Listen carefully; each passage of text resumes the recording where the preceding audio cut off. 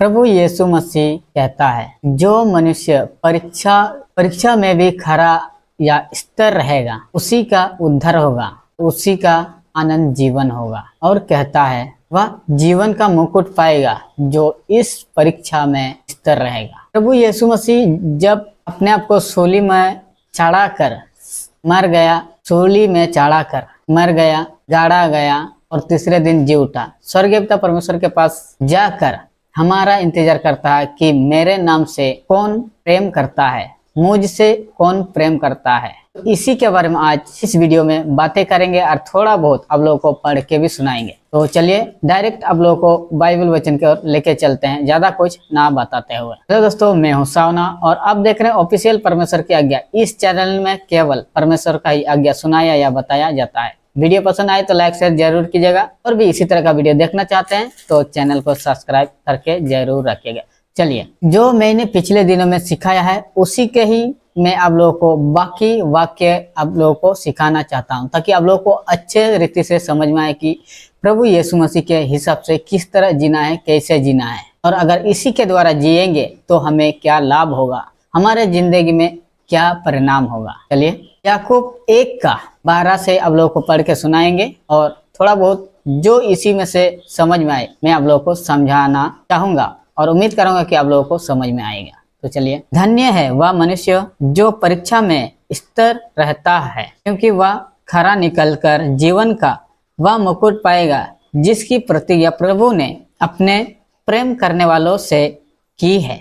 देखिए, प्रभु यीशु मसीह ये बातें कहता है हमसे, जिसके लिए उन्होंने अपने जीवन को बलिदान किया है, उसी के द्वारा हमें छुटकारा मिला है। हमें इतने सारे मौका देता है हमें स्वर्गीय स्थान में ले जाने के लिए, अपने पास बिठाने के लिए।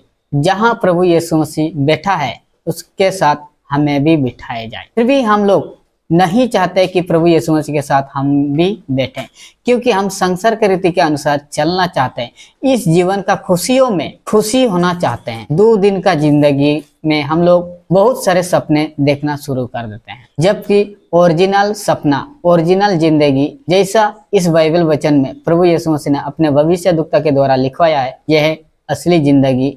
और आगे को पढ़ के आप लोग और भी समझाने का कोशिश करते हैं। जब किसी की परीक्षा हो तो वह यह ना कहे कि मेरी परीक्षा परमेश्वर की ओर से होती है, क्योंकि ना तो बुरी बातों से परमेश्वर की परीक्षा होती है और ना वह किसी की परीक्षा अब करता है। देखिए, हम जब परीक्षा में पढ़ते हैं, किसी मुसीबत, परीक्षा का मतलब है किसी मुसीबत में पढ़ते हैं, तो वो मुसीबत हमें परमेश्वर नहीं डालता है, ना किसी के ओर से होता है। हम जब परीक्षा में पढ़ते हैं तो एनी टाइम हम परमेश्वर का नाम लेते हैं या जिस पर विश्वास करते हैं उसी का नाम लेते हैं। तब जब हमें परीक्षा में डाला जाता है या किसी मुसीबत में होते हैं, यही है हमारा परीक्षा। उससे पहले या उसके बाद हम परमेश्वर को भूल जाते हैं, ना उसका नाम लेते हैं, ना उसके बारे में सोचते हैं। जब हमें परीक्षा में डाला जाता है या परीक्षा में आ जाते हैं किसी मुसीबत में, तो हम अपने आप को उस पर सौंप देते हैं और उसी का नाम लेते हैं। तो यही कहता है परमेश्वर, परमेश्वर के जो परमेश्वर का पुत्र है उसी के नाम से बपतिस्मा लेकर उसी के अनुसार चलना चाहते हैं, उसमें अगर किसी तरह का परीक्षा या मुसीबत आया है तो वो परमेश्वर ने नहीं, अपने ही विलासाओं के कारण अपने आप को परीक्षा में डाला है। आगे को पढ़ के समझेंगे। परंतु प्रत्येक व्यक्ति अपने ही अभिलाषाओं से खींचकर और फांस कर परीक्षा में पड़ता है। देखिए, नहीं अभिलाषाओं क्या है? हर एक जिंदगी में हर एक लोग अपने अपने अभिलाषाओं के कारण परीक्षा में पड़ते हैं। ये ना समझे कि मैंने ऐसा किया परमेश्वर के खिलाफ इसलिए मैं परीक्षा में पड़े हैं या मुझ पर इस मुसीबत आ पड़ा है, ये ना समझे। परमेश्वर कहता है बुरा वक्त हो या अच्छा वक्त, परमेश्वर कभी किसी का परीक्षा नहीं करता है। अगर परीक्षा में पड़ता है तो अपने आप में अभिलाषाओं के कारण, अपना अभिलाषाओं के कारण परीक्षा में पड़ते हैं। चलिए और भी आगे को पढ़ के समझ लेते हैं। फिर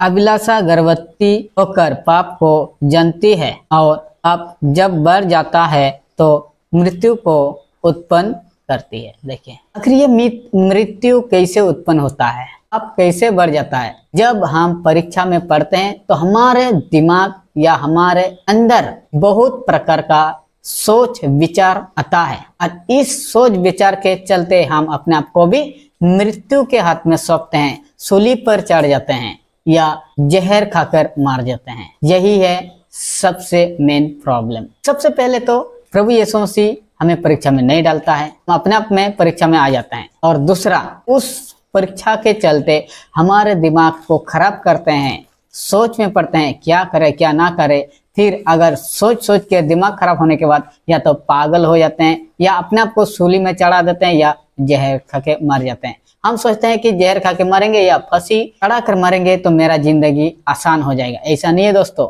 जिसने जहर खाया और जिसने फांसी लगा कर मरा है कभी स्वर्ग स्थान पा नहीं सकता। इसलिए परमेश्वर कहता है अपने आप को सावधान रहे, बाइबल वचन के अनुसार चले। जिस प्रकार प्रभु यीशु मसीह ने अपने भविष्यद्वक्ता के द्वारा वचन को लिखवाया उसी के द्वारा चले, समझे और अपने जिंदगी को नर्क का जिंदगी से शांति का जिंदगी में प्राप्त करें। दोस्तों मैं उम्मीद करता हूँ आप लोगों को इस वीडियो में से थोड़ा सा भी कुछ समझ में आया होगा। वीडियो पसंद आए तो लाइक शेयर जरूर कीजिएगा। आज के लिए इतना ही, फिर मिलते हैं नए वीडियो में। तब तक के लिए जय मसीह, नमस्कार।